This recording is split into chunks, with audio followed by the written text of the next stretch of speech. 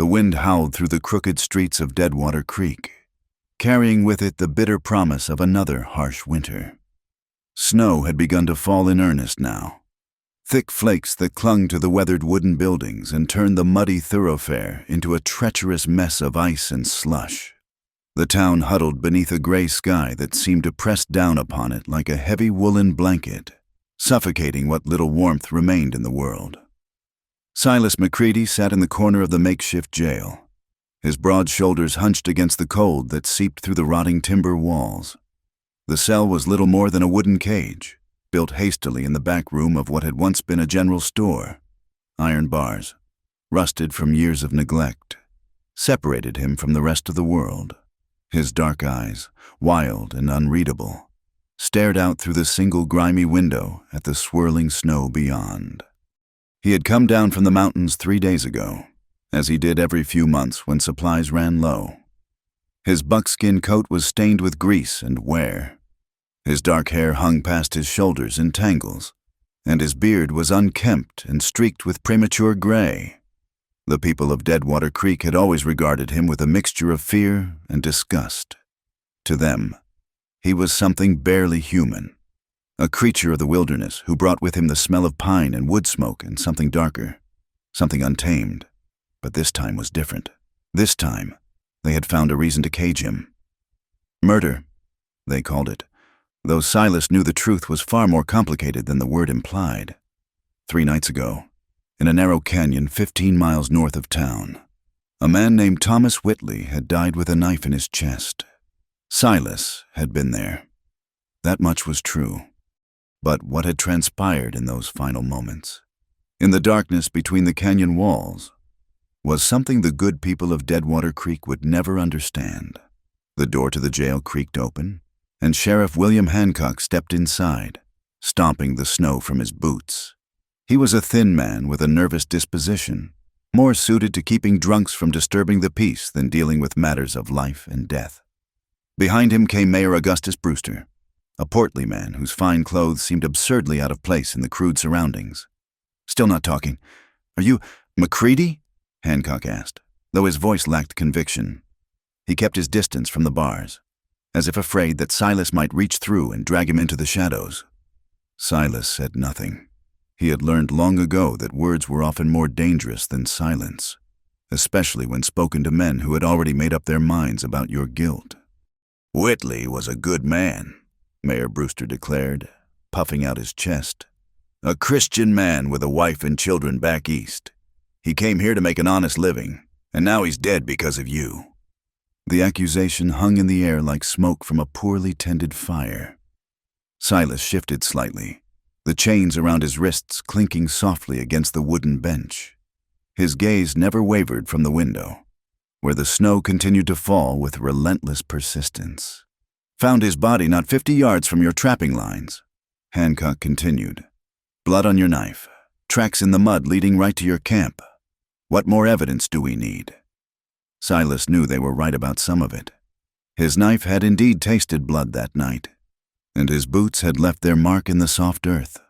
But the story they told themselves was a simple one, born of prejudice and the human need to make sense of senseless things.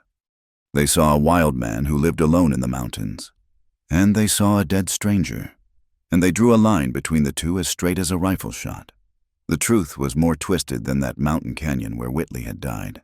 "We're going to try you proper," Mayor Brewster announced, as if this were some great mercy. "Tomorrow evening, right here in town, fair and square, just like the law requires." Silas almost smiled at that. Fair and square, as if anything that happened in Deadwater Creek could be called fair, as if the men who would sit in judgment of him had not already decided his fate over whiskey and cigars in the back room of Murphy's Saloon. "You got anything to say for yourself?" Sheriff Hancock asked, though his tone suggested he did not expect an answer. Silas turned his head slowly, fixing both men with a stare that seemed to look right through them. His voice, when he finally spoke, was rough from disuse, like the growl of some large predator disturbed in its den. "I'll take what's coming to me." The two men exchanged glances, clearly unsettled by the quiet resignation in his words. They had expected pleading, perhaps, or rage, or the kind of desperate protestations that guilty men often made when cornered. Instead, they found something far more unsettling: acceptance. After they left, Silas returned his attention to the window. The snow was falling harder now, and darkness was beginning to creep in from the edges of the world. Somewhere out there, beyond the hills and valleys he knew better than any living man. His cabin sat empty and cold. He thought of the trap lines he had set but would never check, of the winter stores he had carefully gathered but would never eat. He thought, too, of Martha and little Samuel, dead these 5 years now, buried in a grove of aspens high up on Copper Ridge. Their faces had grown dim in his memory, like photographs left too long in the sun, but the pain of their loss remained sharp as a blade between his ribs. Perhaps it was fitting that he should die here, in this miserable town full of small, frightened people. Perhaps it was justice of a sort, though not the kind that Mayor Brewster and his cronies would understand. The wind picked up, rattling the loose boards of the jail and sending a fresh shower of snow against the window. Silas closed his eyes and listened to the sound, remembering other storms in other places, when he had been free to weather them as he chose. Outside, the people of Deadwater Creek hurried through the streets with their heads down and their collars turned up against the cold. They whispered to each other as they passed, spreading the news like wildfire. Tomorrow there would be a trial, and justice would be served. The wild man from the mountains would finally answer for his crimes. In Murphy's saloon, men gathered around the pot-bellied stove and warmed their hands while they talked of rope and rough justice. Some called for a quick hanging, arguing that a trial was more ceremony than a creature like McCready deserved. Others insisted on following proper procedures, not out of any love for the accused, but because they fancied themselves civilized men in an uncivilized land. None of them knew that before the next sunset, their carefully laid plans would be shattered by the appearance of a woman in a red velvet cloak, who would walk through the doors of that very saloon and speak a single word that would change everything. But that was still to come. For now, there was only the snow, and the wind, and the long, dark hours until dawn. The evening of the trial arrived with the same bitter cold that had plagued Deadwater Creek for days. Murphy's saloon had been hastily converted into a courtroom, with rough-hewn benches arranged in uneven rows and a makeshift judge's bench constructed from stacked whiskey crates and a weathered plank. The air inside was thick with tobacco smoke and the sour smell of unwashed bodies pressed too close together. Judge Cornelius Thorne had ridden in from Silver Falls that morning, a gaunt man with steel-gray whiskers and eyes like chips of flint. He wore his authority like an ill-fitting coat, constantly adjusting his spectacles and shuffling through papers that held little meaning in a place like this. The law here was more suggestion than commandment, and everyone knew it. Silas sat in a chair near the front, his wrists bound with rope instead of the iron shackles that had rusted through the night before. He had not been given fresh clothes, and his buckskin coat bore the stains of 3 days in that wretched cell. His dark hair hung loose around his shoulders, framing a face that revealed nothing of the thoughts behind those hooded eyes. The townspeople filled every available space, their faces flushed with excitement and whiskey. This was the most entertainment Deadwater Creek had seen since the traveling preacher had been caught with the minister's wife 2 summers ago. They whispered among themselves, casting glances at the accused man as if he were some wild animal that might break free at any moment. "Bring in the witness," Judge Thorne commanded, his voice carrying the weight of long practice. Sheriff Hancock shuffled forward with a man named Joe Bracken, a trapper who claimed to have seen Silas near the canyon on the night of the murder. Bracken was a nervous sort, thin and twitchy, with the kind of eyes that never quite met yours directly. "Tell the court what you saw," the judge instructed.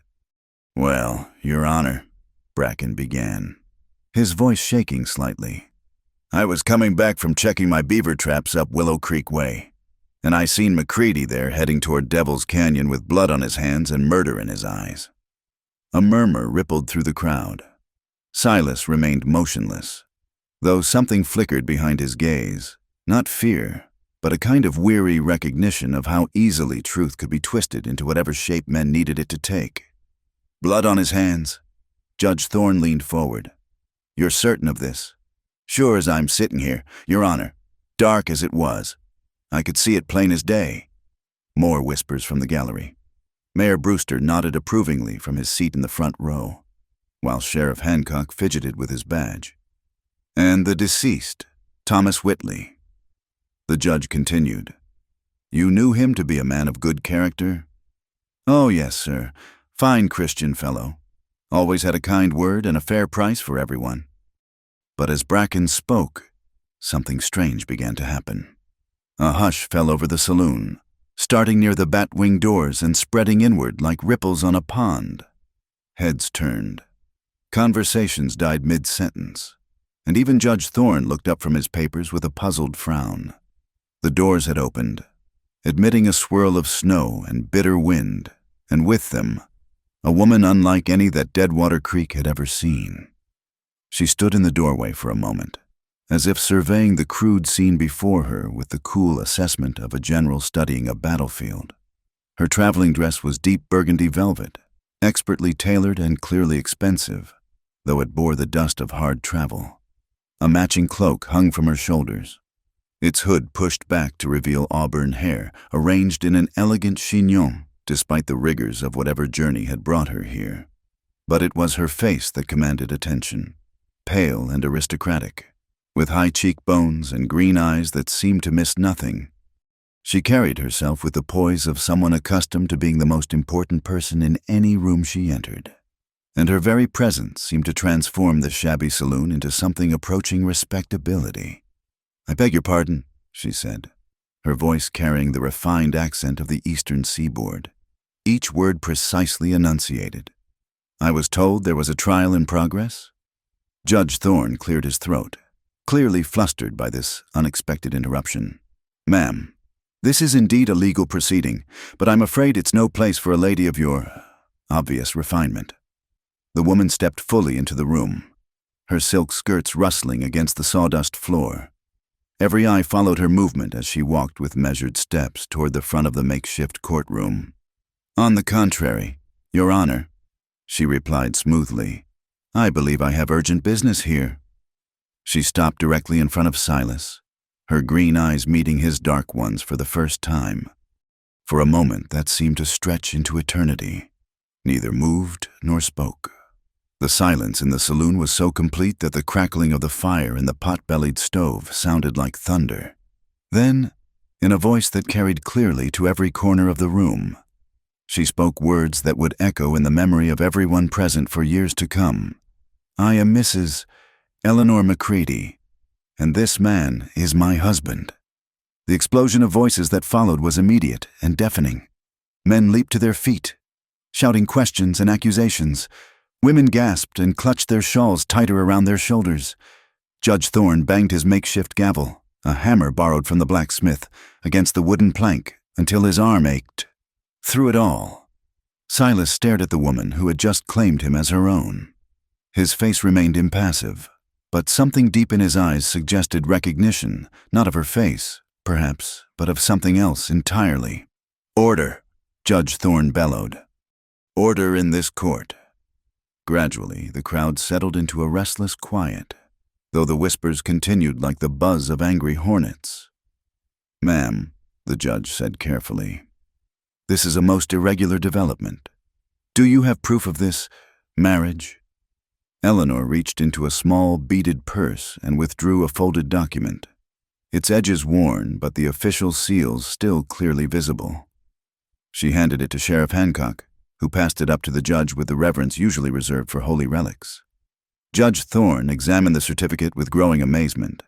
It bore all the proper signatures and stamps, dated 3 years prior in the territory of Colorado. To all appearances, it was entirely legitimate. "This seems to be in order," he admitted reluctantly. "But, Mrs.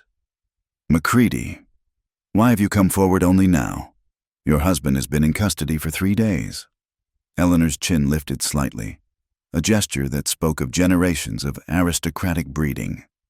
"I have been traveling, Your Honor, following rumors and whispers that led me to this God-forsaken place. I arrived not an hour ago to find my husband accused of a crime I know he did not commit. And how, pray tell, do you know this? Mayor Brewster interjected, his face red with indignation. Eleanor turned to face him with the kind of cool disdain that only the truly well-born could muster. Because, sir, my husband was with me on the night in question. We were camped together in the high meadow above Copper Ridge, a full day's ride from where this tragedy occurred. Another murmur swept through the crowd. Joe Bracken shifted uncomfortably in his seat, suddenly finding his boots far more interesting than the proceedings.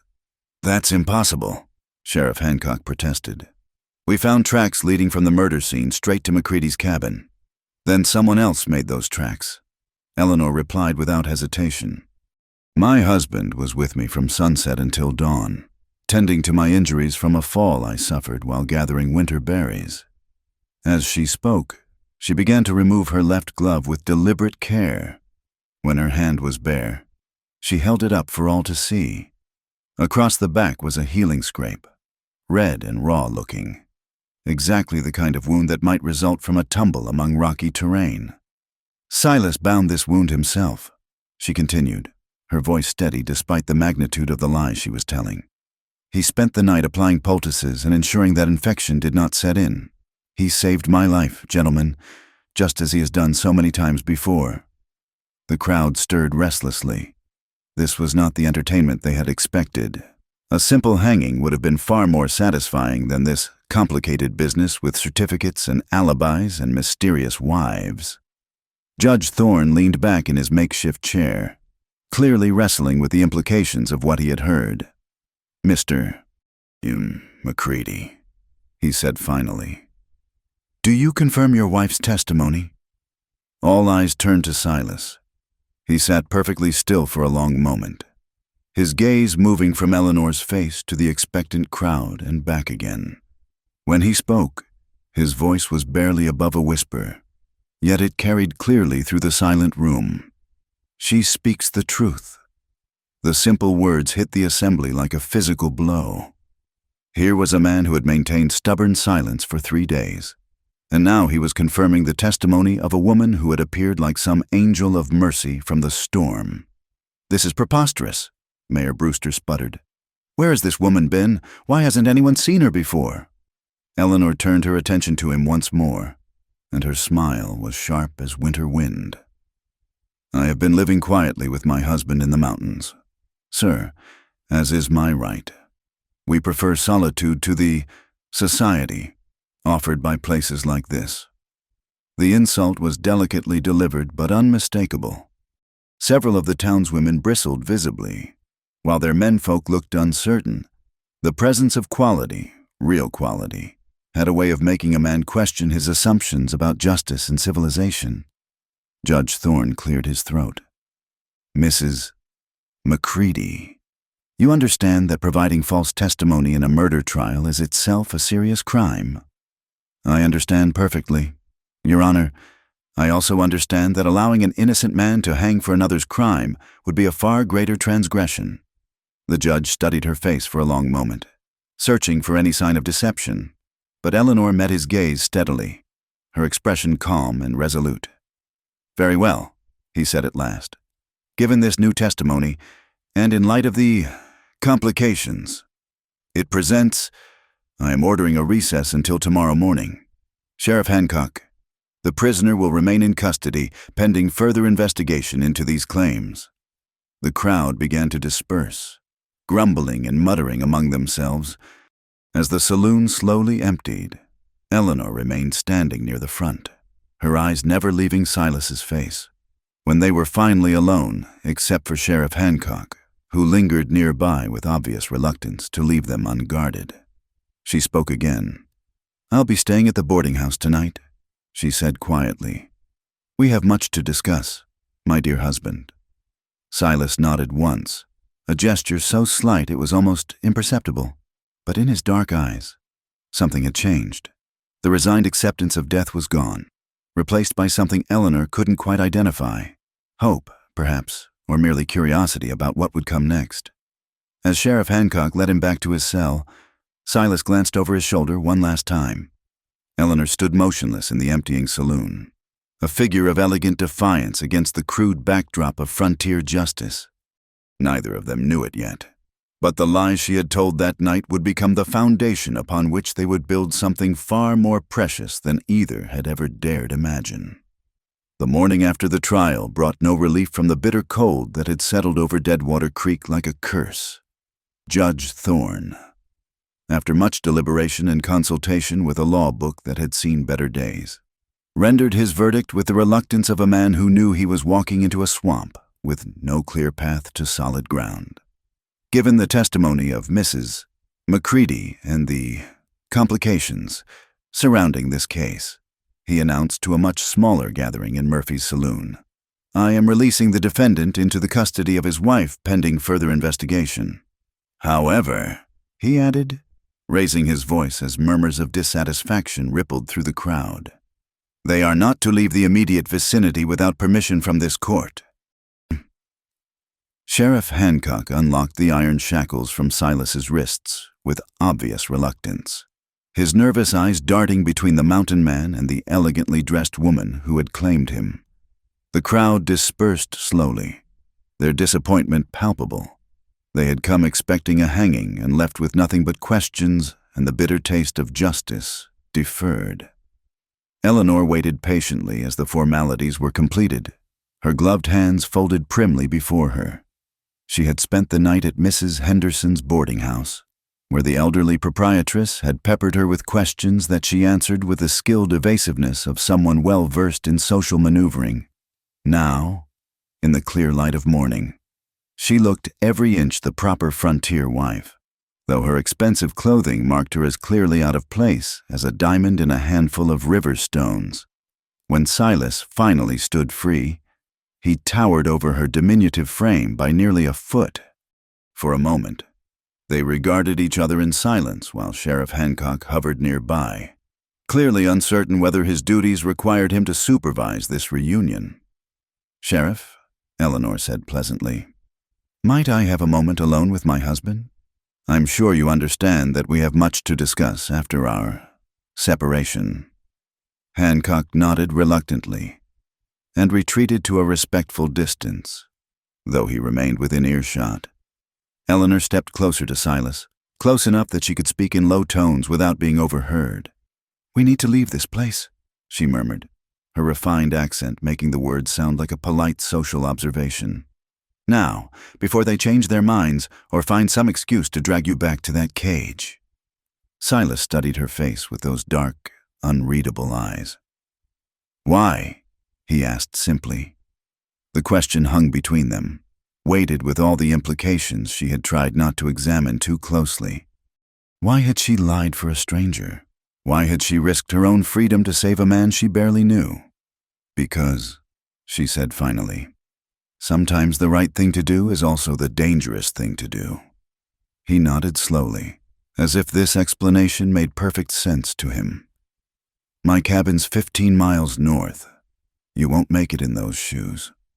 Eleanor glanced down at her fine leather boots, then back up at his weathered face. "Then I suppose you'll have to help me, won't you?" "Husband?" The word carried an odd weight when she spoke it, though neither of them acknowledged the strangeness of it. Silas gathered his few possessions, a battered hat, a worn leather pouch containing his trapping tools, and the knife that had been returned to him with obvious reluctance, while Eleanor retrieved a small traveling bag from the boarding house. The journey into the mountains began in silence, broken only by the crunch of snow beneath their feet and the occasional whistle of wind through the pine boughs. Silas set a pace that was mindful of Eleanor's limitations while still covering ground quickly enough to put distance between them and the suspicious eyes of Deadwater Creek. Eleanor's fashionable boots, designed for city sidewalks rather than mountain trails, proved treacherous on the icy slopes. She stumbled repeatedly, each misstep sending sharp jolts of cold through her thin stockings. But she bit back any complaint, matching Silas's determined silence with her own stubborn pride. By midday, however, pride was no match for practical necessity. When Eleanor slipped for the fourth time in as many minutes, nearly tumbling down a steep embankment, Silas finally called a halt. "Give me your foot," he said, kneeling in the snow beside her. "I beg your pardon. Your boots. They'll kill you before we're halfway there." Eleanor hesitated, then lifted her skirts modestly and extended one delicate ankle. Silas examined the expensive leather with the same careful attention he might give to examining a wounded animal. His hands, she noticed, were surprisingly gentle despite their obvious strength and the rough calluses that spoke of hard living.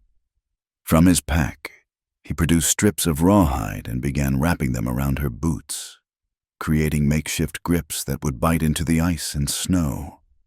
The intimate nature of the task, his hands on her feet, her skirts raised to accommodate his work, should have been scandalous, but somehow it felt as natural as breathing. "Better?" he asked when he had finished. Eleanor tested her footing and found it remarkably improved. "Much. Thank you." "Don't thank me yet. We've got 5 miles of hard climbing ahead." The afternoon wore on, and with it came fresh challenges. The snow began falling again, thick flakes that obscured the trail and made every step treacherous. Eleanor's fine woolen cloak, adequate for carriage rides and parlor visits, proved woefully insufficient against the mountain cold. She began to shiver uncontrollably, her teeth chattering so violently that she could barely speak. Silas noticed. Of course, he seemed to notice everything, though he rarely commented on what he observed. Without a word, he shrugged out of his heavy buckskin coat and draped it around her shoulders. "I can't take your coat," she protested. "You'll freeze."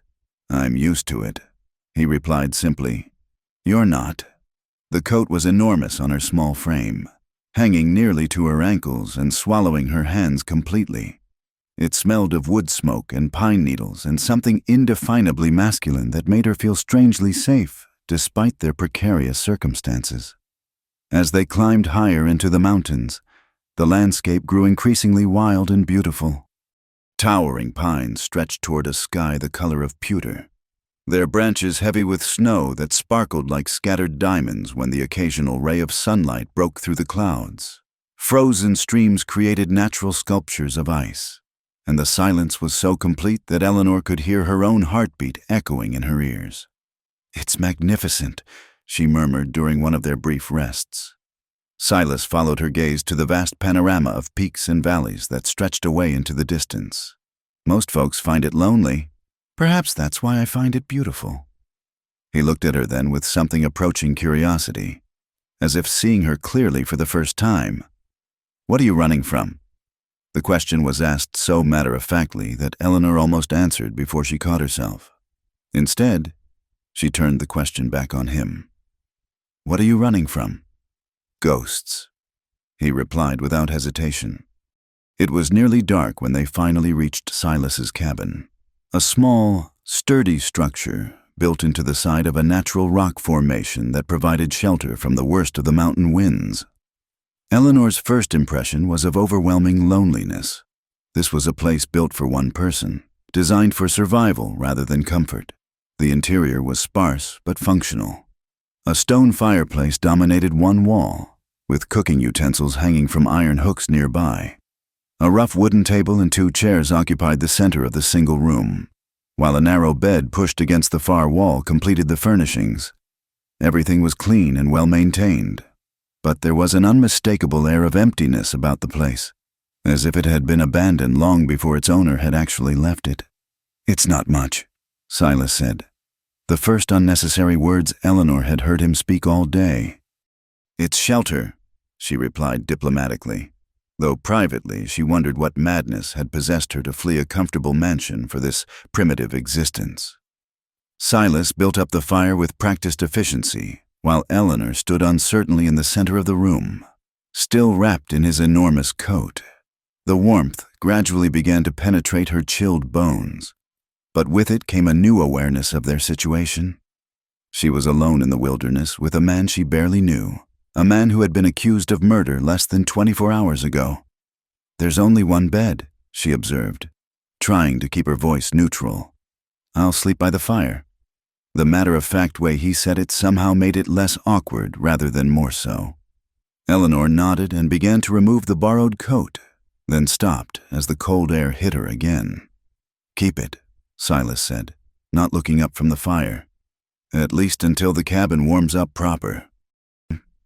She pulled the coat tighter around herself and settled into one of the wooden chairs.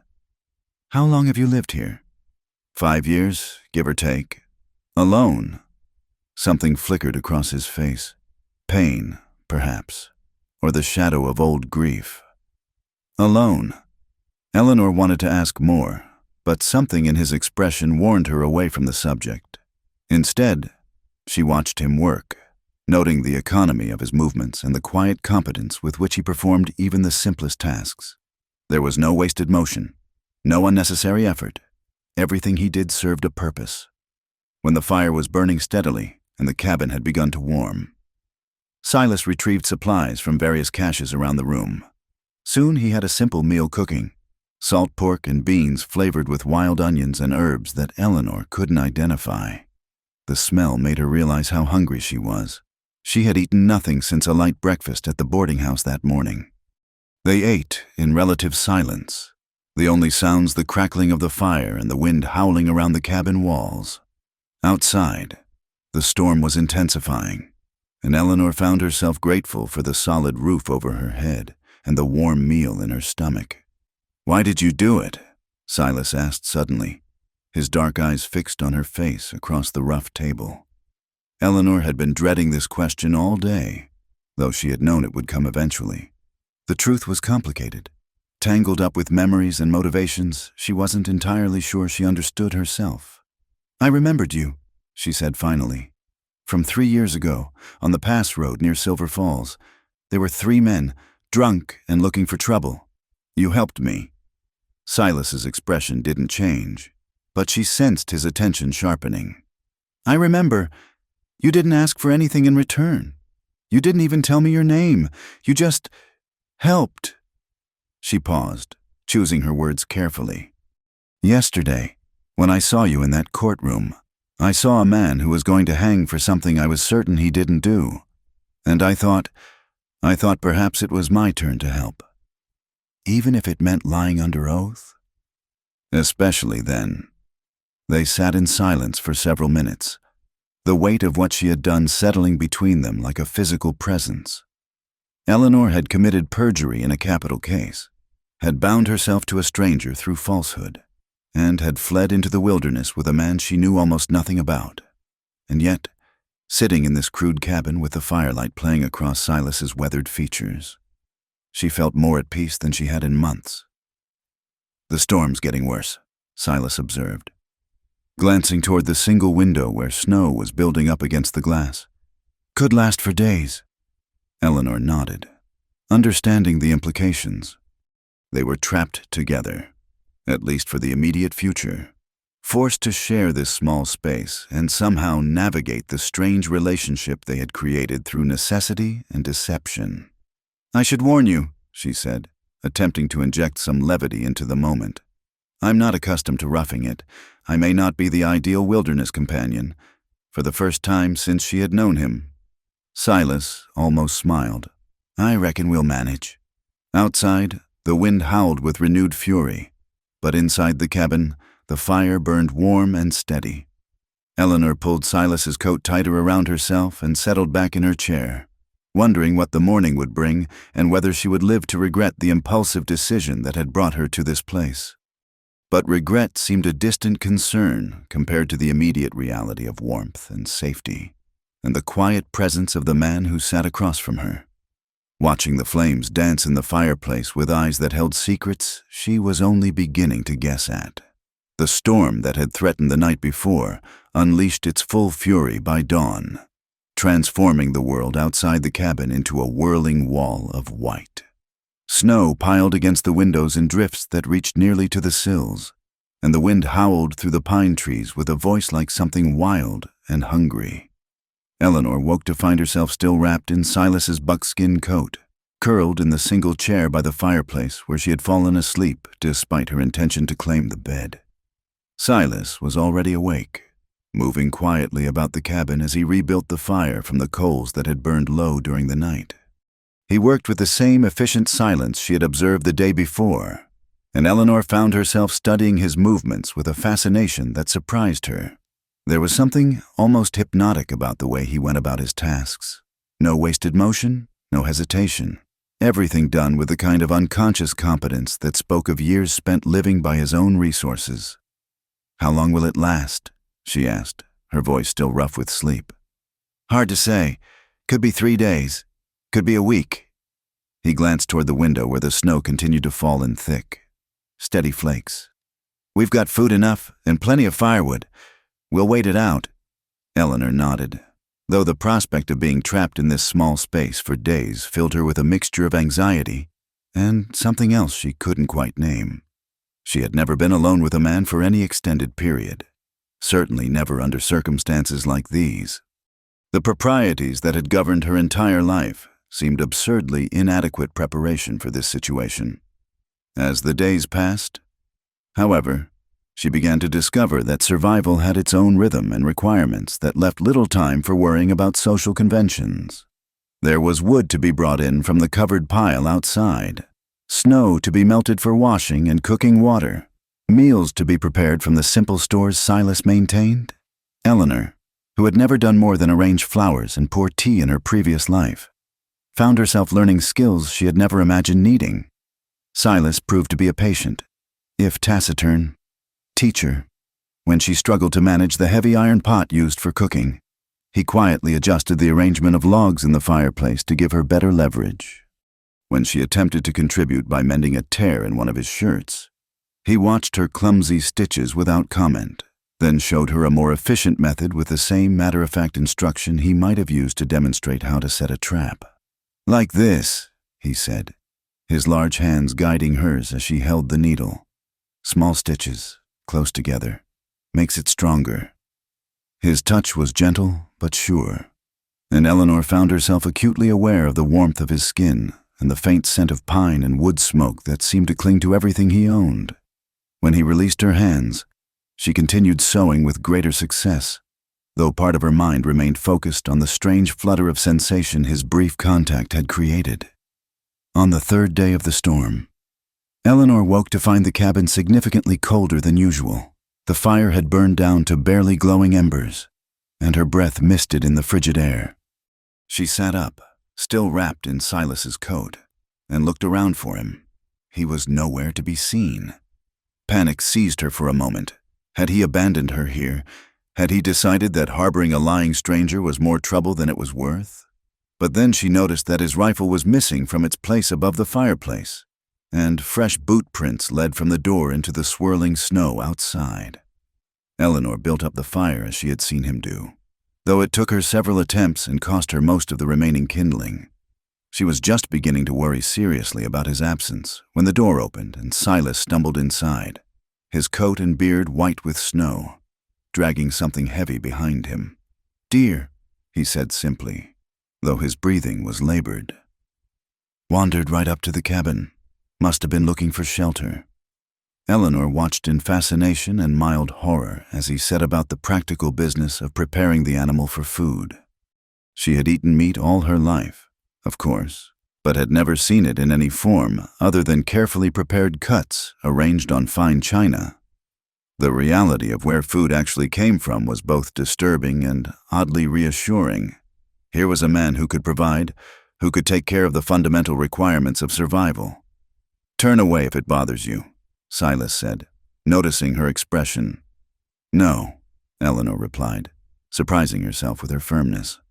"I should learn. If I'm going to live like this, I should know how it's done." He looked at her with something approaching approval and continued his work. By the time he was finished, Eleanor had learned more about the practical realities of frontier life than in all her previous years combined. That evening, as they sat by the fire eating fresh venison cooked simply but expertly over the open flames, Eleanor found herself studying Silas's face in the dancing light. The harsh lines she had first noticed were still there, carved by weather and hardship and something deeper, but she was beginning to see past them to the man underneath. "You had a family," she said suddenly, the words emerging before she had consciously decided to speak them. Silas went very still, his fork halfway to his mouth. For a long moment, Eleanor thought he wouldn't answer, that she had overstepped some invisible boundary. "Wife," he said finally, his voice barely above a whisper.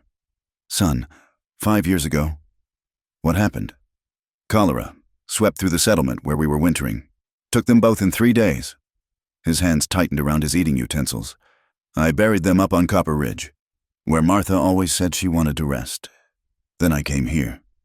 The simple words carried a weight of grief that made Eleanor's chest tighten with sympathy. She understood now why this cabin felt so empty despite being lived in. It was a place where someone had come to die inside while his body went on breathing. "I'm sorry," she said, knowing the words were inadequate but needing to say them anyway. Silas nodded once, then returned to his meal. But something had shifted between them. Some invisible barrier had been crossed. Eleanor found herself wanting to offer comfort, to somehow ease the pain she had glimpsed in his dark eyes. Later that night, as she prepared to sleep in the chair by the fireplace, as had become their custom, Silas spoke again. "The bed's big enough for 2, with proper arrangements." Eleanor looked up, startled. The suggestion was scandalous by any measure she had been raised with, and yet the practical considerations were undeniable. The nights were bitterly cold, and she had been waking frequently, stiff and chilled despite the fire. She began, then stopped. What was the point of propriety here, in this wilderness where the normal rules of civilization seemed as distant as the stars? That would be practical. They worked out the arrangements with the same matter-of-fact efficiency they brought to all their survival tasks. Eleanor would sleep on one side of the narrow bed, fully clothed and wrapped in Silas's spare blanket. He would take the other side, with his own bedding providing a barrier between them. It was, they told themselves, purely a matter of survival. But that night, lying in the darkness with only a few inches and a thin wool blanket separating her from Silas's warmth, Eleanor discovered that survival was more complicated than she had imagined. She was acutely aware of his breathing, the way he moved carefully to avoid disturbing her, the solid presence of him so close she could feel the heat radiating from his body. The 4th morning brought a break in the storm, and the first sunlight Eleanor had seen in days. She woke to find herself curled against Silas's side, her head resting on his shoulder and one arm flung across his chest. For a moment, she lay perfectly still, not wanting to wake him, not wanting to break the spell of unexpected intimacy. His breathing was deep and even, and she could feel the steady beating of his heart beneath her cheek.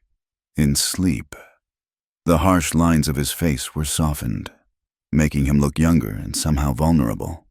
Eleanor found herself studying the details she had never been close enough to notice before. The small scar above his left eyebrow, the way his dark lashes cast shadows on his cheeks, the surprisingly gentle curve of his mouth. When Silas stirred and opened his eyes, they stared at each other for a long moment without speaking. Eleanor knew she should move away, should restore the proper distance between them, but something held her motionless. His dark eyes searched her face as if memorizing it, and she felt her breath catch in her throat. "Eleanor," he said softly, her name sounding different in his rough voice than it ever had before. "Yes?" But instead of answering, he reached up to touch her face with fingers that were surprisingly gentle. The simple contact sent warmth spiraling through her body, and she found herself leaning into his touch. What happened next seemed as natural as breathing. Their lips met in a kiss that was tentative at first, then deeper as Eleanor responded with an eagerness that surprised them both. When they finally broke apart, both were breathing hard, and the careful distance they had maintained for days had vanished completely. "We shouldn't," Eleanor whispered, though even as she spoke the words, her body was telling her the opposite. "No," Silas agreed, but his hands were tangling in her hair, and his eyes held a hunger that made her pulse race. Outside, the wind had died to a whisper, and sunlight streamed through the single window, painting everything in shades of gold and amber. Inside the cabin, 2 lonely souls found in each other a warmth that had nothing to do with the fire crackling in the hearth. When Eleanor gave herself to Silas that morning, it was with a completeness that shocked her. All her life, She had been taught that intimacy was a duty to be endured, a price to be paid for security and respectability. But this was something entirely different. This was desire and tenderness, and a connection that seemed to reach into the very depths of her being. Afterward, they lay entwined in the narrow bed, the morning sun painting patterns across their skin.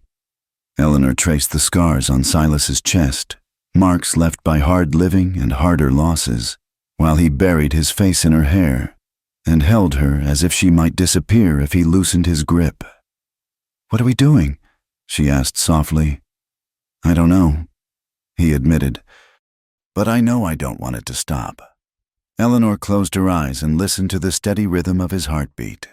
Outside, the storm was passing, and soon they would have to face the world beyond this cabin. But for now, in this moment, they had found something worth holding on to, something that neither wanted to name but both recognized as precious beyond measure. The sun climbed higher, painting the snow-covered landscape in brilliant white, and still they held each other in the warm cocoon of the cabin. Whatever came next, whatever challenges awaited them beyond these walls, they would face them together. The pretense that had brought them together had become something real, something neither had expected but both desperately needed. In the wilderness where survival was measured in degrees of warmth and mouthfuls of food, they had discovered something that made mere survival seem inadequate. They had found a reason to live. The weeks that followed the storm settled into a rhythm as natural and inevitable as the changing seasons. Eleanor and Silas lived as husband and wife in truth now, their initial deception having transformed into something neither had dared hope for when they first set foot in that mountain cabin. The pretense had fallen away like snow melting in spring sunshine, leaving behind a connection that felt both startling in its intensity and comfortable in its simplicity. Eleanor threw herself into learning the skills necessary for their mountain existence with the same determination that had once driven her to master French verbs and watercolor painting. Under Silas's patient guidance, she learned to read the weather in the shape of clouds and the behavior of birds, to preserve meat by smoking and salting, to identify which plants could provide medicine or food. Her soft hands grew calloused from splitting kindling and carrying water, and her pale complexion took on the healthy color that came from days spent in mountain air and sunshine. "You're different," Silas observed one evening as they sat by the fire, Eleanor mending one of his shirts while he worked on repairing a trap that had been damaged by a particularly clever beaver. "How so?" she asked, not looking up from her careful stitches. "Stronger, more," he paused, searching for the right word. "More yourself, somehow." Eleanor considered this, her needle pausing in its work. "I think perhaps I never knew who myself was before. Back east, I was always somebody's daughter, somebody's intended bride, somebody's responsibility. Here, I'm just Eleanor." "Eleanor Macready," Silas corrected gently, and the name sent a warm flutter through her chest every time he said it. Their days took on a comfortable pattern. Silas would rise before dawn to check his trap lines, often returning with rabbits, beaver, or occasionally the larger prize of an elk or deer.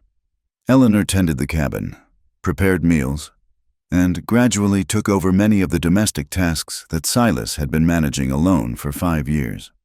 She discovered a talent for making soap from animal fat and lye, for preserving berries and wild herbs, for turning the rough provisions of frontier life into something approaching comfort.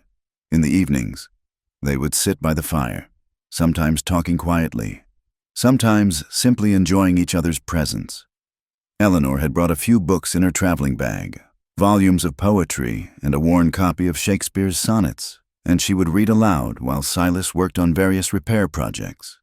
His voice, when he chose to use it, proved surprisingly melodious, and sometimes he would tell her stories of his younger days, before loss had driven him to seek solitude in the mountains. "I used to have plans," he said one night, his hands busy with carving a new handle for a broken axe. "Martha and we were going to have a real farm someday. Proper house with glass windows. Maybe even a piano for Samuel to learn on." His voice carried no bitterness, only the gentle melancholy of dreams long since laid to rest. "What would you want now?" Eleanor asked softly. "If you could have anything?" Silas looked up from his work, his dark eyes finding hers across the firelight. "This," he said simply. "Just this."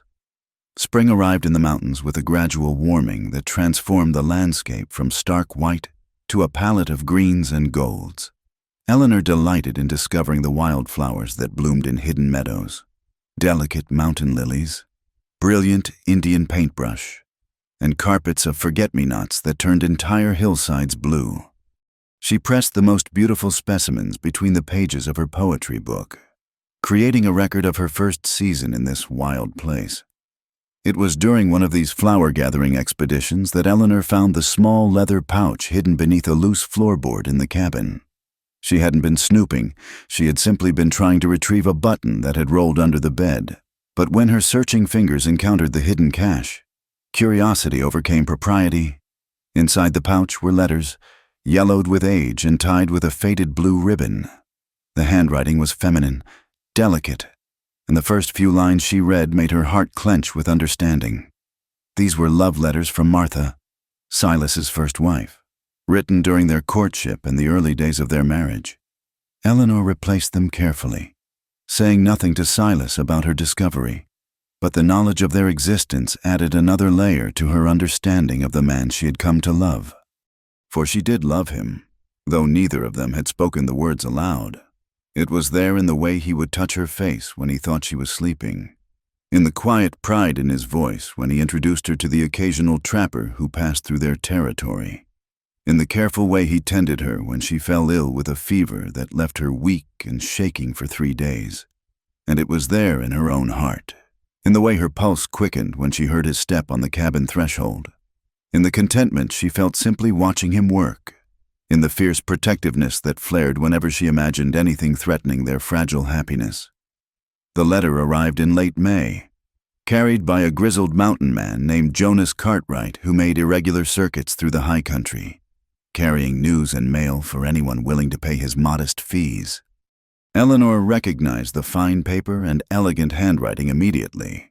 It was from her father's solicitor in Boston, and its contents made her hands tremble as she read. "Bad news?" Silas asked, noting her expression. "My father is ill," she said quietly, folding the letter carefully. "Very ill, according to Mr. Pemberton. He's asking me to come home." Silas went very still, his hands pausing in their work of sharpening his hunting knife. "Will you go?" The question hung between them like a sword suspended by a thread. Eleanor stared at the letter, at the formal language that spoke of duty and inheritance and family obligations, then looked around the simple cabin that had become more of a home to her than the mansion where she had spent the first 23 years of her life. "I don't know," she answered honestly. "He's my father. Whatever his faults, I owe him something." But even as she spoke the words, Eleanor knew that the debt she owed her father was far outweighed by what she had found here in these mountains. The woman who had fled Boston in a panic, desperate to escape an arranged marriage to a man she despised, no longer existed.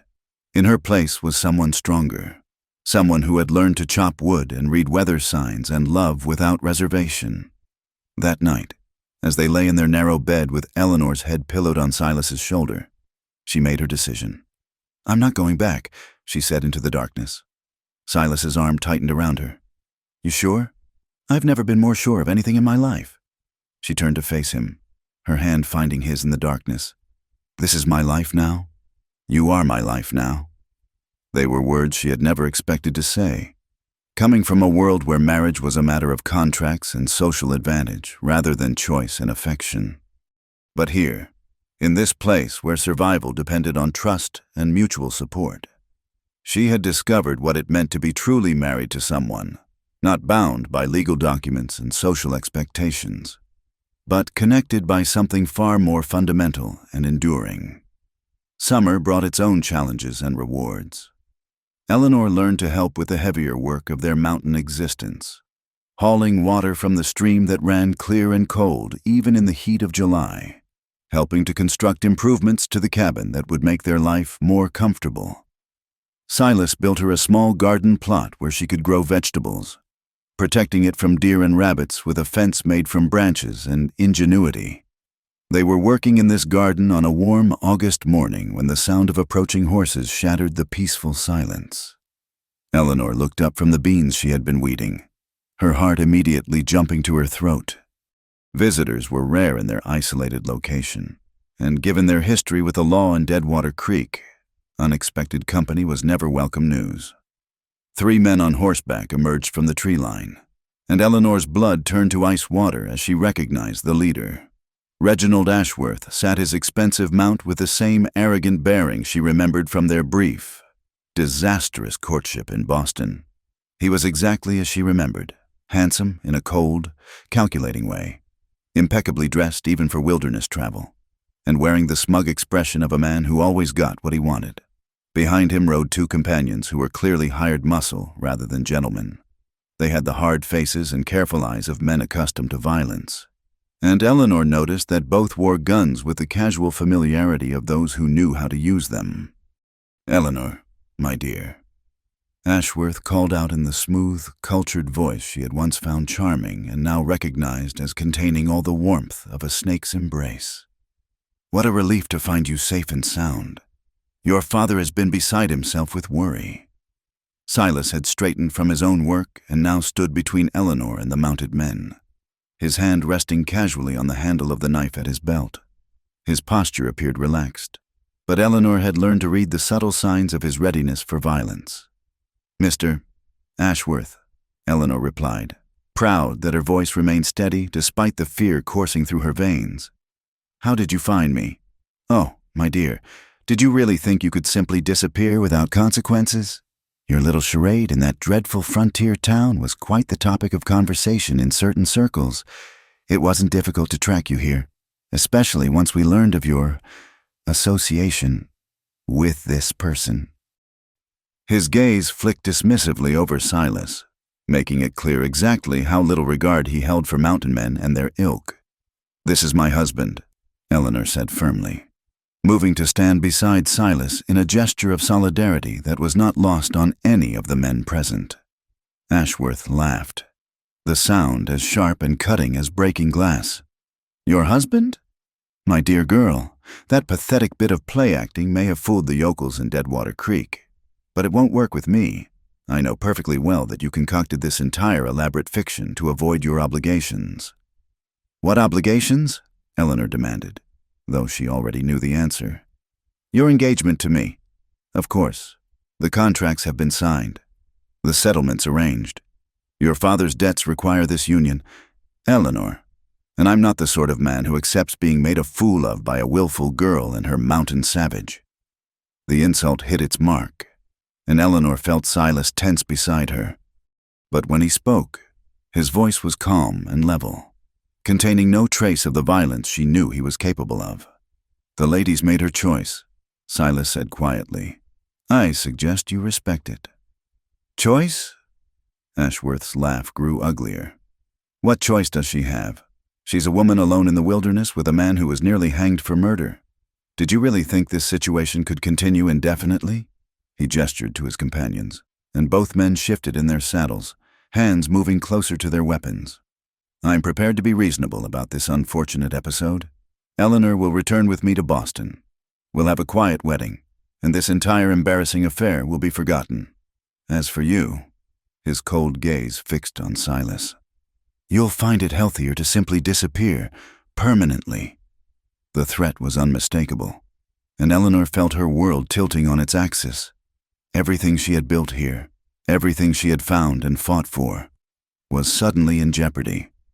But as she looked at Silas's calm, determined face, she realized that he had no intention of backing down.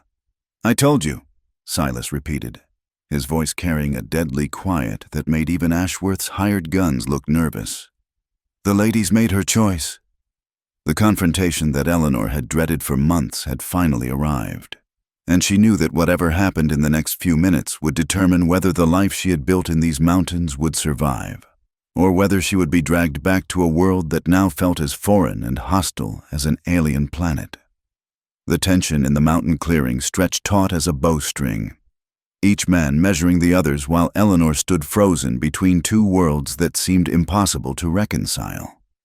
Reginald Ashworth's cold smile never wavered, but his hired men shifted restlessly in their saddles, clearly uncomfortable with the deadly stillness that radiated from the mountain man before them. "Come now," Ashworth said, his voice carrying the patronizing tone of a man addressing a recalcitrant child. "Surely we can resolve this like civilized people.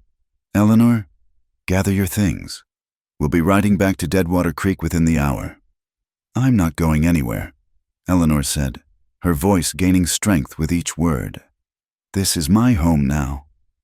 "Home?" Ashworth's laugh was sharp as winter wind. "This hovel?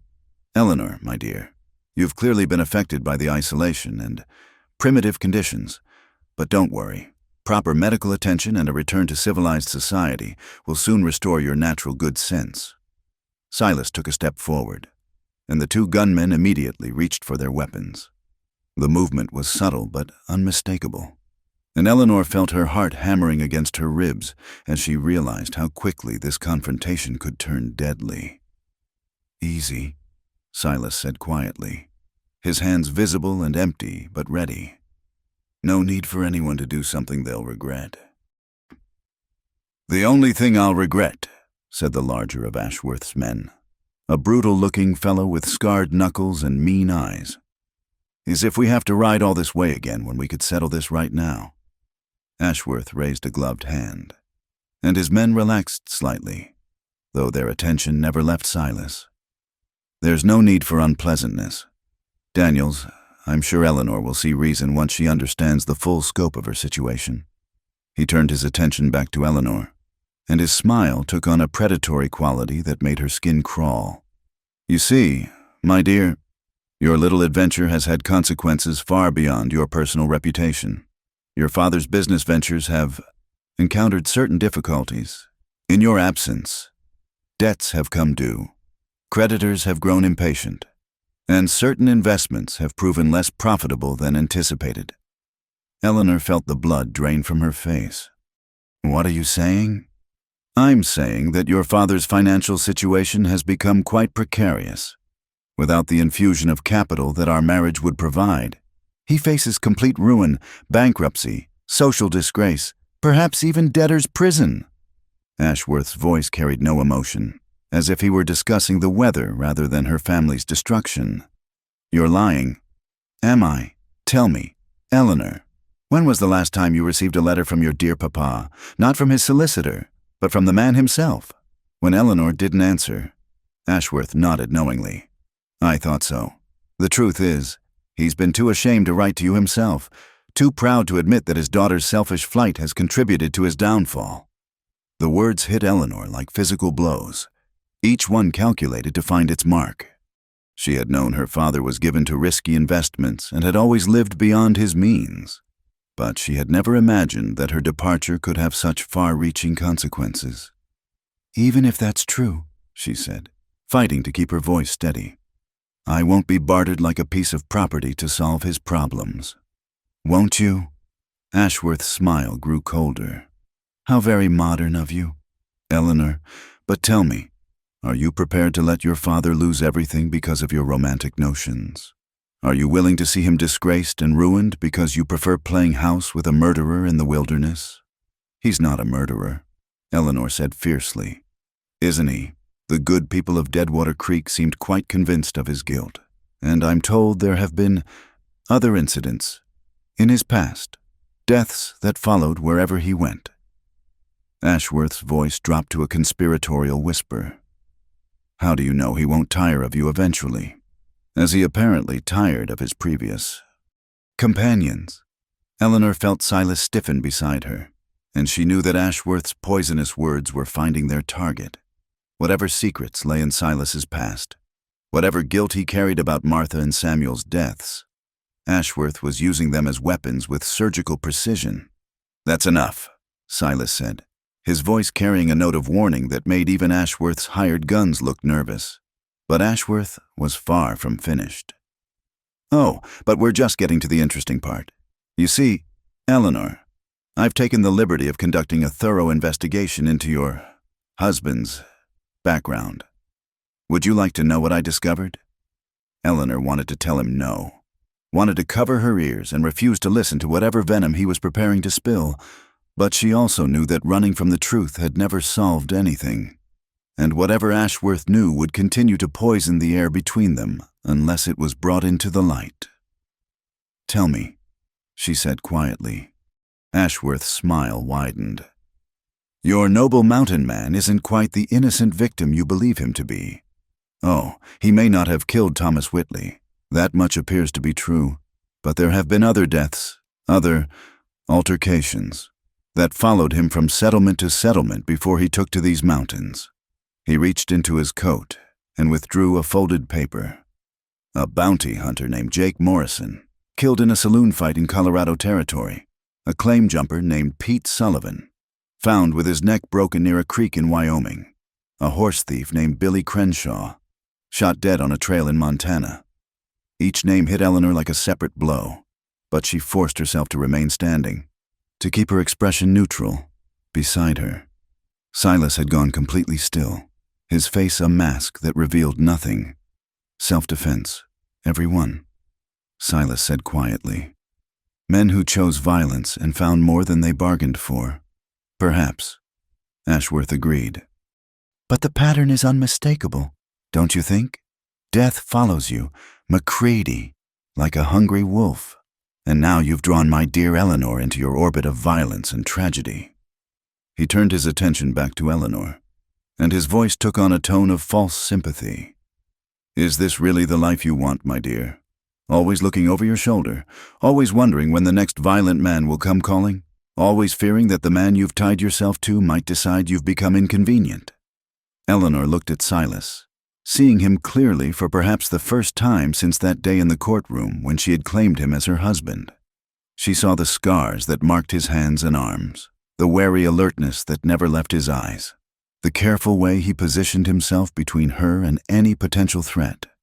She saw a man who had indeed known violence, who had killed when necessary and would kill again to protect what he loved. And she realized that none of it mattered. "Yes," she said simply. "This is the life I want." Ashworth's face darkened. "Then you're a bigger fool than I thought. But your foolishness won't be permitted to destroy your family. You're coming with me, Eleanor, willingly or otherwise." He nodded to his men, and both dismounted with the fluid motion of professionals preparing for violence. The larger man, Daniels, drew his gun with practiced ease while his companion moved to flank Silas from the left. "Now, don't make this harder than it has to be," Daniels said, his weapon trained on Silas's chest. "We ain't looking to kill nobody, but we will if we have to." Eleanor felt the world slowing around her, each second stretching like taffy as she watched the confrontation unfold. She saw Silas calculating angles and distances, saw the subtle shift in his weight that preceded action, saw the cold determination in his eyes that spoke of a man who had faced death many times and survived through skill and ruthless necessity. "Stop," she said, her voice cutting through the tension like a blade. "All of you, just stop." She stepped forward, placing herself between Silas and the gunman. Ignoring the sharp intake of breath from both sides, "Mr. Ashworth, you want me to come with you to save my father from ruin? Very well. I'll make you a bargain." Ashworth's eyebrows rose. "I'm listening." "Give me 3 months, Eleanor said, her mind racing as she spoke. 3 months to find another solution to my father's financial problems. If I can't, if there's truly no other way to save him from bankruptcy, then I'll honor my engagement to you." "Eleanor, no," Silas said quietly, but she silenced him with a look. "And if I do find another solution?" she continued. Ashworth considered this, clearly seeing the trap but intrigued by the game. "Then I'll consider releasing you from your obligations. But," he added, "if you fail, you'll marry me immediately, without further protest or delay." "Agreed. But in the meantime, you and your men leave us in peace. No harassment, no threats, no attempts to force the issue before the 3 months are up." "Agreed," Ashworth said after a moment. But don't think you can simply disappear again. Eleanor, I'll be watching. And if you try to run, the bargain is void, and I'll take you immediately." He remounted his horse, his men following suit with obvious reluctance. 3 months, my dear. I do hope you can work miracles, because nothing short of one will save your father now. As the 3 riders disappeared into the forest, Eleanor sank to her knees in the garden where this confrontation had begun. The beans she had been weeding lay trampled in the dirt, and she found herself staring at them as if they held the key to some profound mystery. Silas knelt beside her, his strong hands gentle as they lifted her face to meet his gaze. "Why?" he asked simply. "Because I needed time," she replied. "Time to think, time to plan, time to find a way out of this that doesn't end with someone dead. There might not be a way out." Eleanor looked at the man she loved, at the scars and shadows that marked him, at the quiet strength that had sheltered her through the hardest winter of her life. "Then we'll make one," she said with quiet determination. "Together." The word hung between them like a promise and a prayer, a defiant declaration that whatever came next, they would face it as they had learned to face everything else in this wilderness, side by side, with nothing but their love and their stubborn refusal to surrender the life they had built together. In 3 months, Ashworth would return for his answer. Eleanor could only hope that when he did, she would have found a way to keep both her father and her heart from destruction. The days following Ashworth's visit passed in a strange mixture of desperate planning and forced normalcy. Eleanor threw herself into research with the same intensity she had once applied to her studies, poring over every letter and document in her possession, searching for some overlooked asset or forgotten connection that might provide an alternative to the devil's bargain Ashworth had offered. She wrote letters with careful precision, dispatching them through Jonas Cartwright and other travelers who passed through their mountain sanctuary, to her father's business associates, to distant relatives she had barely spoken to in years, to anyone who might hold a piece of the puzzle that was her family's financial ruin. The responses, when they came, painted a picture even grimmer than Ashworth had suggested. Her father's investments in railroad speculation had collapsed spectacularly when the promised government subsidies failed to materialize. His cotton plantations had suffered 3 consecutive years of poor harvests, compounded by his own poor management and the machinations of more ruthless competitors. The family shipping interests had been decimated by a series of storms that claimed 4 vessels and their valuable cargoes. But it was the final letter, from her father's eldest friend and most trusted advisor, that delivered the crushing blow. Samuel Morrison wrote with obvious reluctance about debts that totaled nearly $50,000, an astronomical sum that would require not just Eleanor's marriage settlement, but the liquidation of virtually everything the Whitmore family owned. "There's more," Eleanor said quietly, reading the letter aloud to Silas as they sat by their evening fire. "He says Father has been unwell since my departure, drinking heavily, making increasingly erratic business decisions. Doctor, Henshaw believes he's suffering from some form of nervous collapse." Silas looked up from the leather harness he was mending. "You blame yourself." It wasn't a question, and Eleanor didn't try to deny it. "If I hadn't run, if I'd stayed and married Ashworth as planned, none of this would have happened. And you'd be married to a man you despise, living a life that would slowly kill your spirit." Silas set down his work and moved to sit beside her on the rough wooden bench they'd built together. "Some prices are too high to pay, even for family." Eleanor leaned into his warmth, drawing comfort from his solid presence. "Easy for you to say. You're not the one who'll have to watch your father lose everything he's worked for." "No," Silas agreed quietly. "But I'm the one who'll have to watch you sacrifice yourself for a man who was willing to sell you like cattle to solve his problems." The harsh words stung because they carried truth Eleanor wasn't ready to confront. Her father, for all his faults, had loved her in his own way, but he had also seen her primarily as an asset to be leveraged. A beautiful daughter whose marriage could secure advantageous business connections and financial relief. as autumn painted the mountains in shades of gold and crimson. Eleanor's efforts grew increasingly frantic. She explored every possible avenue, selling her jewelry, mortgaging property she had inherited from her grandmother, even investigating the possibility of establishing some sort of business venture that might generate enough income to service her father's debts. But each option proved inadequate to the magnitude of the crisis. It was during this time of mounting desperation that Eleanor began to notice the subtle changes in her body. At first, she attributed the morning nausea to anxiety and the intermittent fatigue to the stress of their situation. But when her monthly courses failed to arrive for the second time, the truth could no longer be ignored. She was pregnant. Eleanor stood at the edge of the clearing behind their cabin, one hand pressed to her still flat stomach, watching Silas work on reinforcing their winter wood supply. The knowledge sat inside her like a glowing coal, warming and terrifying in equal measure. A child, their child, growing within her body, innocent of the complicated web of obligations and threats that surrounded its parents. How could she tell him? How could she burden him with his joy and terror when their entire future hung in such precarious balance? In less than 2 months, Ashworth would return for her answer, and now the stakes had risen beyond anything she had imagined. That evening, as they prepared their simple dinner of venison stew and cornbread, Eleanor found herself studying Silas's face with new intensity. What kind of father would he be? Would he want this child? Or would he see it as another complication in an already impossible situation? "You're staring," Silas observed, not looking up from the pot he was stirring. "Am I?" Eleanor attempted lightness, but her voice came out strained and artificial. Silas set down his wooden spoon and turned to face her fully.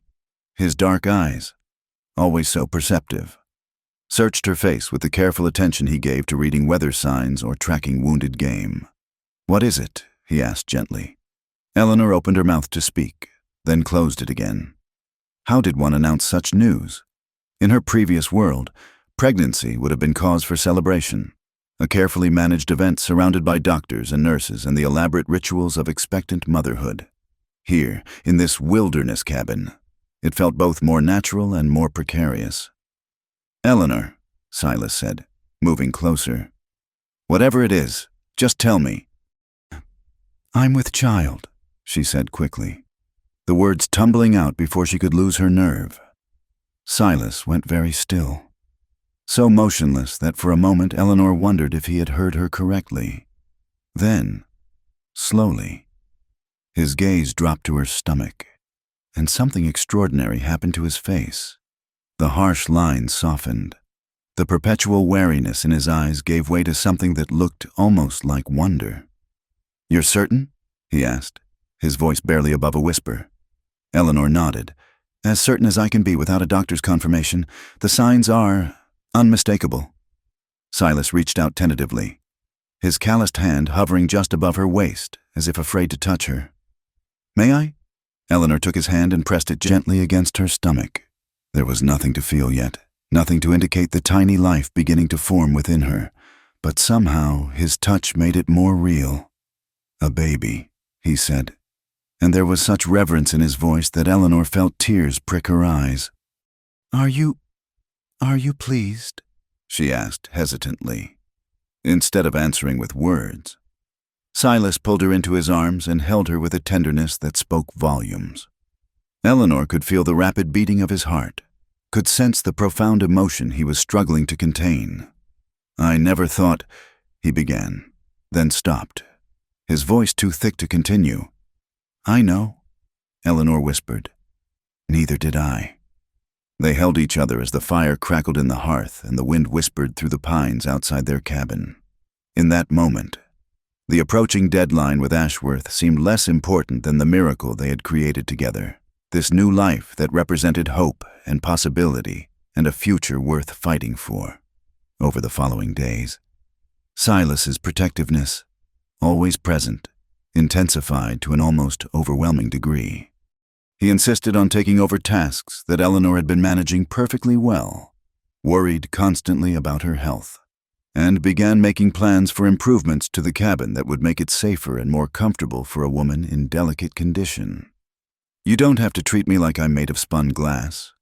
Eleanor protested one morning when he tried to prevent her from lifting a pot of water that couldn't have weighed more than 5 pounds. "I know," he replied, but continued to hover anxiously whenever she performed any task more strenuous than sitting quietly by the fire. It was both endearing and maddening, this sudden transformation of her self-sufficient mountain man into an anxious, expectant father. But Eleanor found herself touched by the depth of his concern, by the way he would sometimes catch himself staring at her with an expression of such profound contentment that it took her breath away. The first snow of the season arrived early, dusting the mountain peaks with white and reminding them both that winter was coming whether they were ready or not.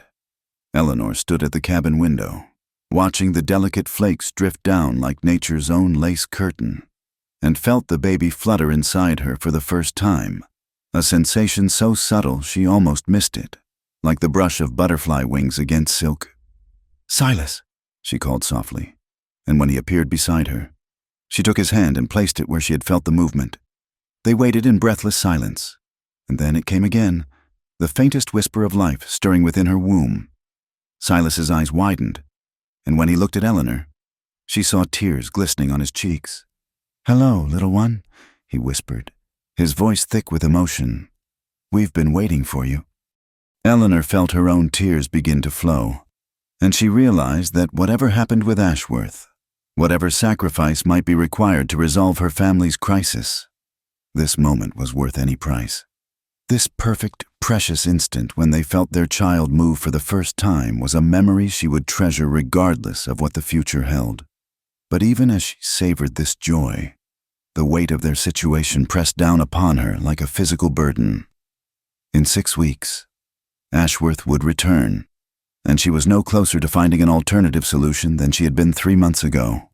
Every letter she had written, every avenue she had explored, had led to the same inescapable conclusion. There was no way to save her father without sacrificing herself.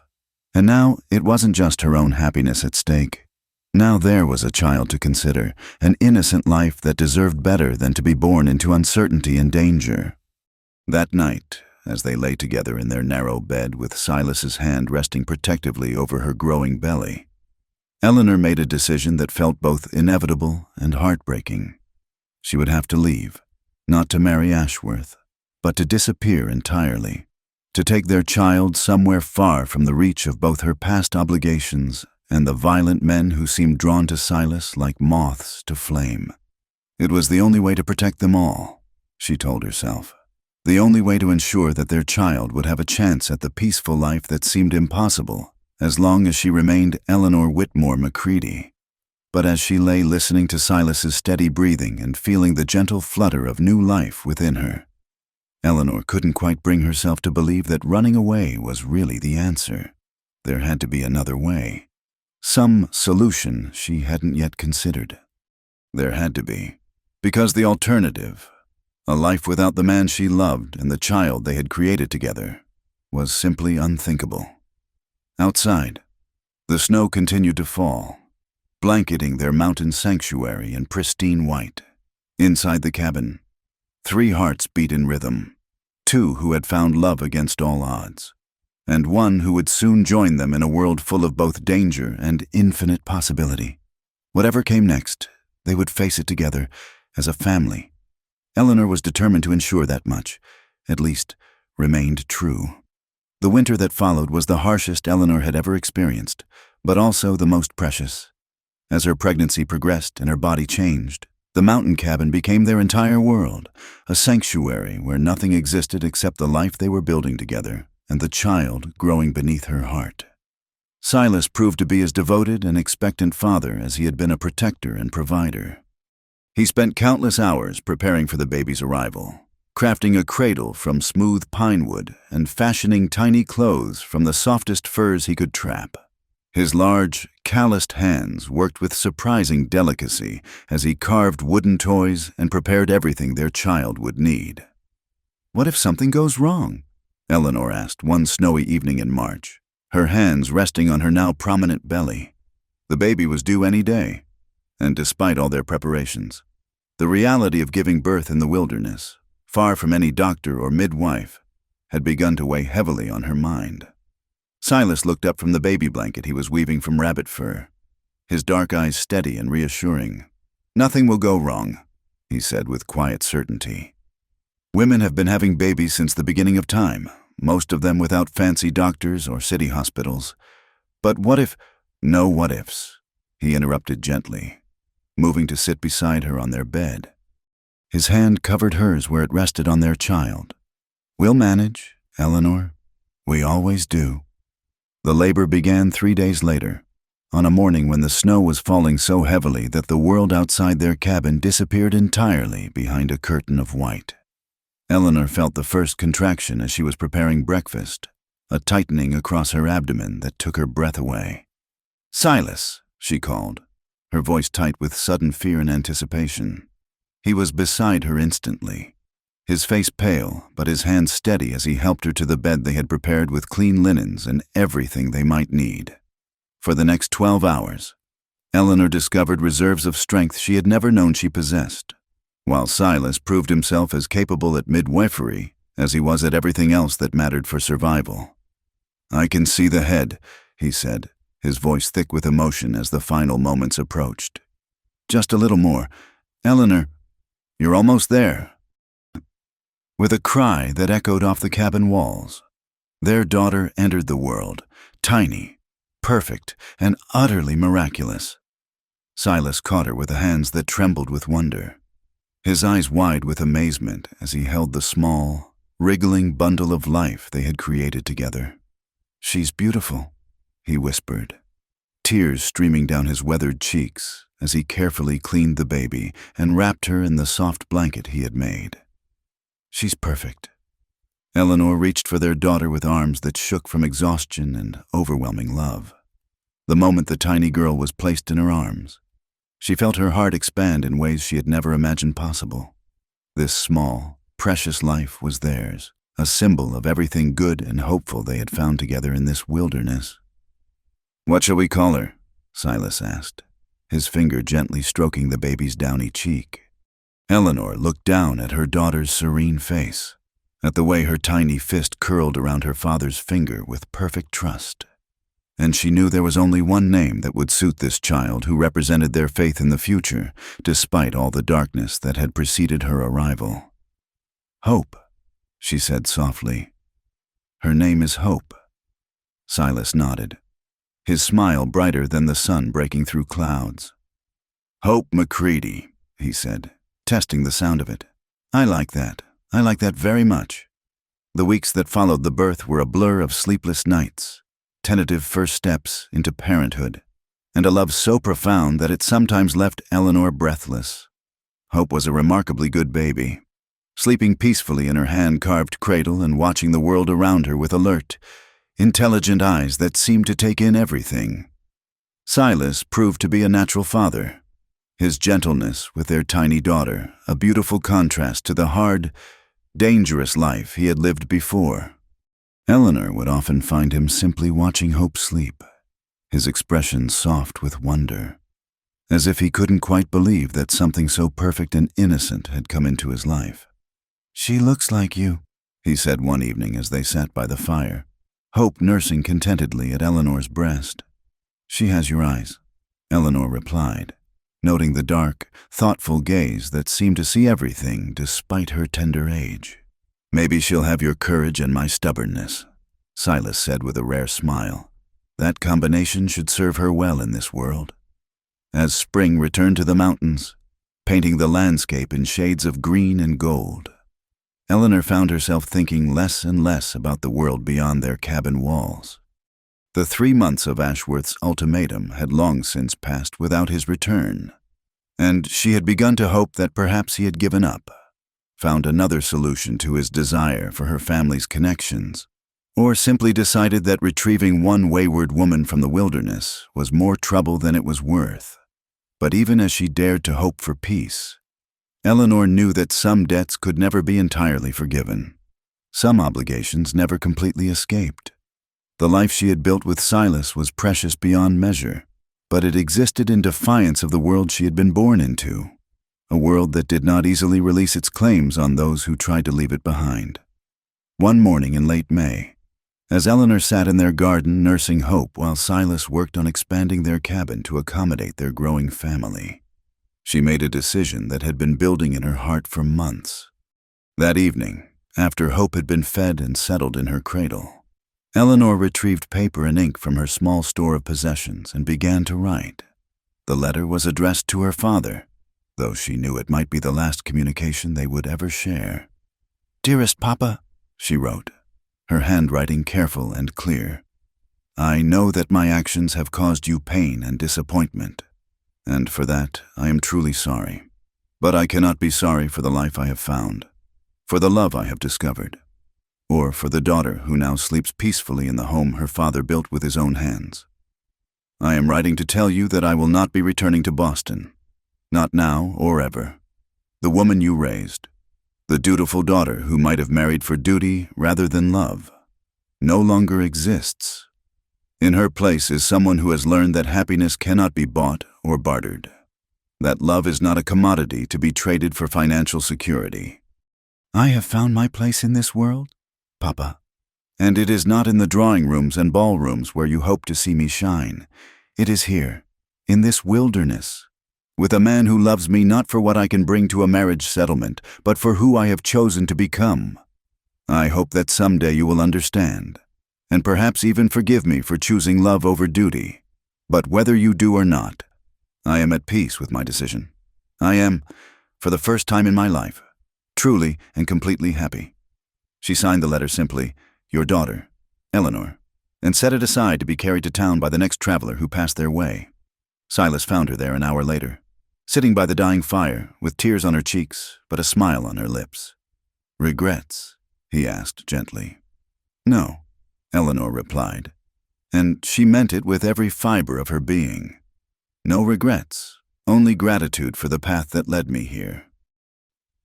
As summer deepened and Hope grew from a tiny infant into a bright, alert baby who smiled at her parents and reached for sunbeams streaming through the cabin windows, Eleanor felt the last traces of her old life fade away like morning mist in the mountain sun.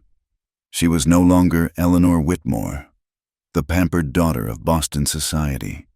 She was Eleanor McCready, wife to a mountain man, mother to a wilderness child, and keeper of a home built on love rather than obligation.